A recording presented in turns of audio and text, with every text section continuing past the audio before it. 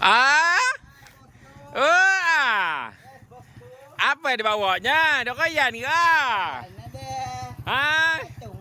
Aduh, lama cik ni tak hantar ikan ni. Ni perigi ke apa ah? Perigi ke? Oh, lain macam. Ekor dia Aduh, besarnya Rezeki Boleh. Bawa turun, cuba turun dulu Okey, bawa turun dulu. Ya Allah, berapa kilo ni Cebor terus karut. Tak air je ni. Air je ni dah surut 4 kali melibah. 4 kali pelibah. Ya Allah, ya Tuhanku. Besar tu Ini gaya ni 12-13 kilo tak lari ni Ceh, angkat, buka ramai orang nak tengok ni. Ikan apa yang besar benar ni berguni ni Mika bawa ni.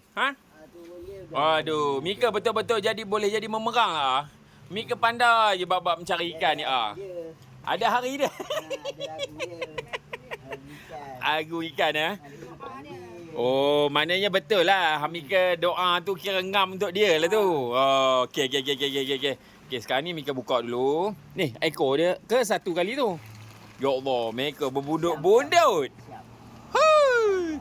Okey, sekarang ni kita tunggu Kita ni jap. Kita rehat jap, kita tengok dia ni buka ni. Aduh, demam. Okey bawa keluar. Gorgon Sungai Perak. Gila, ni jantan Jantan. Mika menangkap jantan. Okey. Sekarang ni Mika angkat ni Angkat dulu ikan ni Ya Allah. Besar betul Dah berapa besar kamu? Ini kalau macam ini 13 kilo, 14 kilo, 15 kilo tak lari. Angkat terus dia misal dah dua-dua. Angkat kiri kanan. Mai sini timbang dulu. Mantap. Okey. Dia buat macam baby pula. Meh tak nampak muka kamu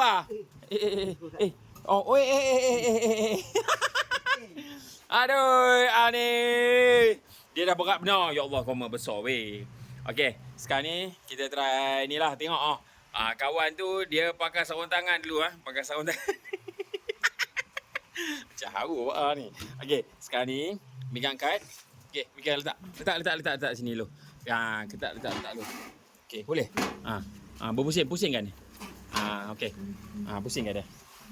Kita nak tengok dia berapa kilo. Okey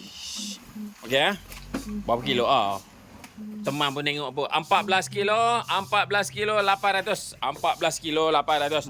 Okey angkat Alhamdulillah rezeki Mika Alhamdulillah. Angkat. Tengok syam tu mak. Syun. Mika mantap rezeki tak salah alamat. Jangan cium. Melendir. Mantap.